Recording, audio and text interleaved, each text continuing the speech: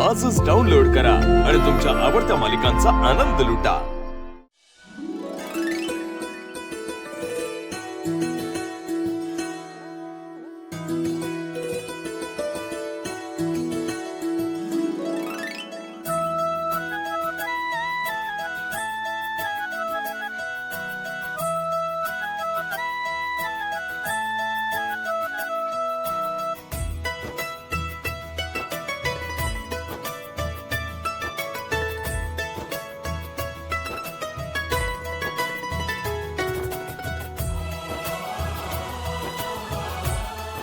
साव, इथून पुढे तुझ्या ताटात तुझा भाऊ नेहमी ओवाळणी टाकेल, पण यावर्षी मला तुझा आशीर्वाद हवाय। देशील ना?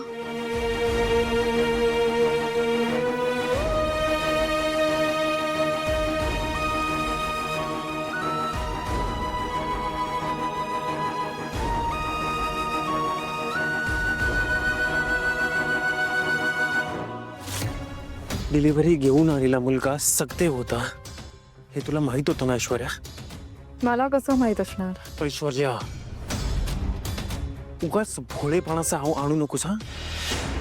तुला जर माहित नव्हतं तो कोण आहे, मग त्याला घरात कशाला बोलवलंस?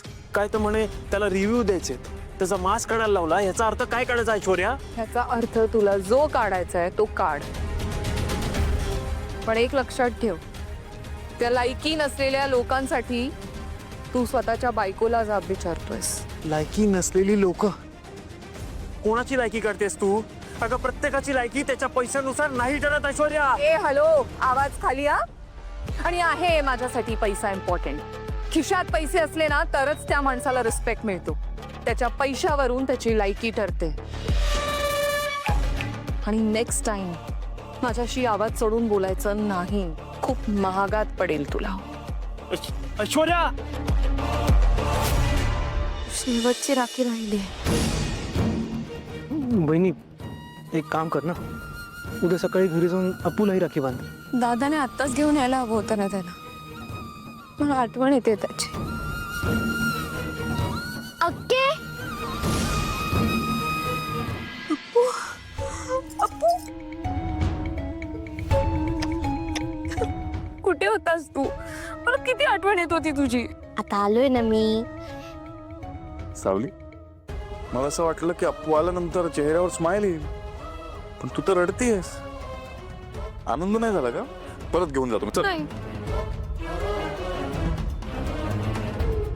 तुम्हीच घेऊन आलात ना याला, मला सांगायचंय ना मग। अगं मग सरप्राईज कसं राहिलं असतं? हा, चला चला चला चला, लवकर लवकर लवकर रक्षाबंधन करा। रक्षाबंधन केली नाही तर आपल्याला गिफ्ट कसं देणार? बबलू दादा, अक्कीनं माझ्या हातात राखी बांधली ना, हेच माझ्यासाठी सर्वात मोठं गिफ्ट असेल। हो का? चल राखी बांधते तुला। चल।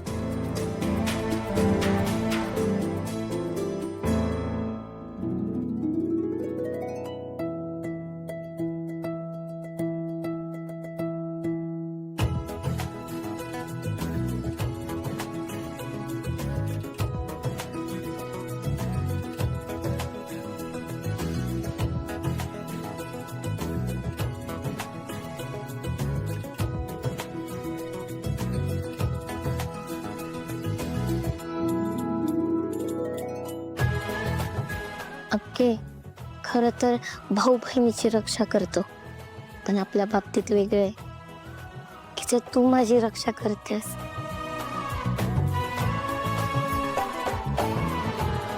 अप्पू, गिफ्ट नको आहेत?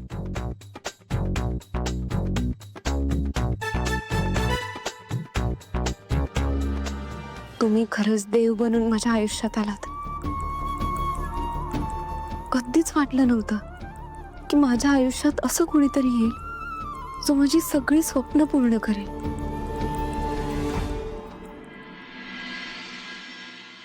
सावली, सावली, हो आले। सोहम, हो काय झालं? थांब सांगतो। सोहम, तारा ये। काय रे, काय झालं? अरे बाबा म्हणाले होते ना आपल्याला की हनीमूनचं प्लॅनिंग करा, त्यासाठी मी एका खास व्यक्तीला बोलवले। कोणाला? स्वानंदी ये.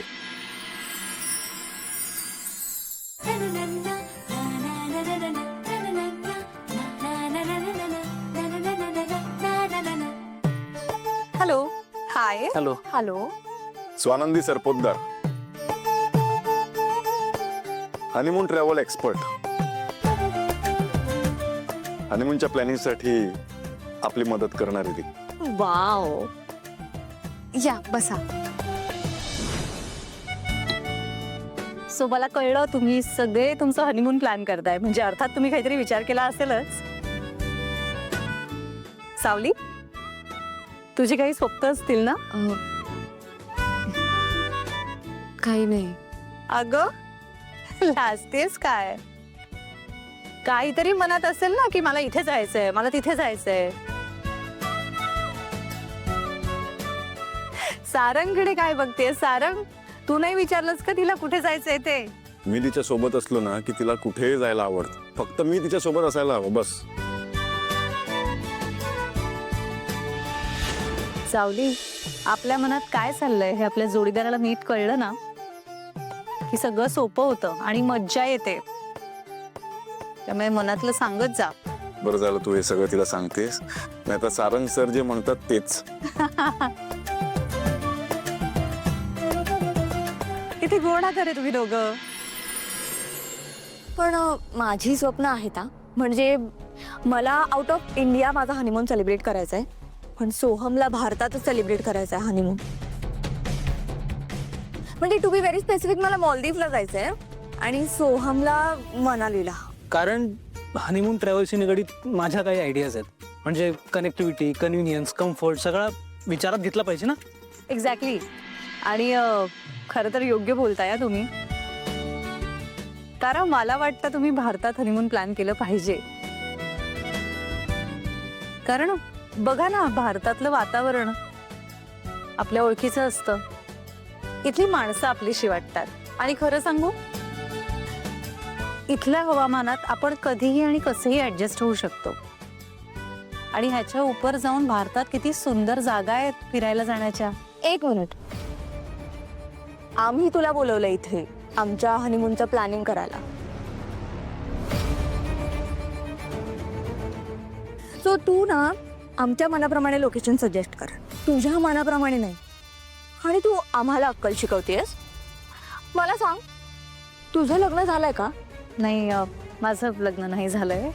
मी एक्झॅक्टली. मग तू नको ठरवूस आम्ही कुठे जायचं ते. तारा, अगं तिचं ऐकून तरी घे. अगं ट्रॅव्हल एक्सपर्ट आहे ती. सारं, तारा, खरं तर मी लादत नव्हते तुमच्यावर काही. मी फक्त माझ्याकडे जे काही नॉलेज आहे, म्हणजे मी तिथेच काम करते ना, त्यामुळे मी फक्त इन्फॉर्मेशन शेअर करत होते. ते माहिती आहे मला, पण मला आउट ऑफ इंडियात जायचंय. As simple as that. Okay. Tara, बापरे, जागवल्या त्या. Please don't mind.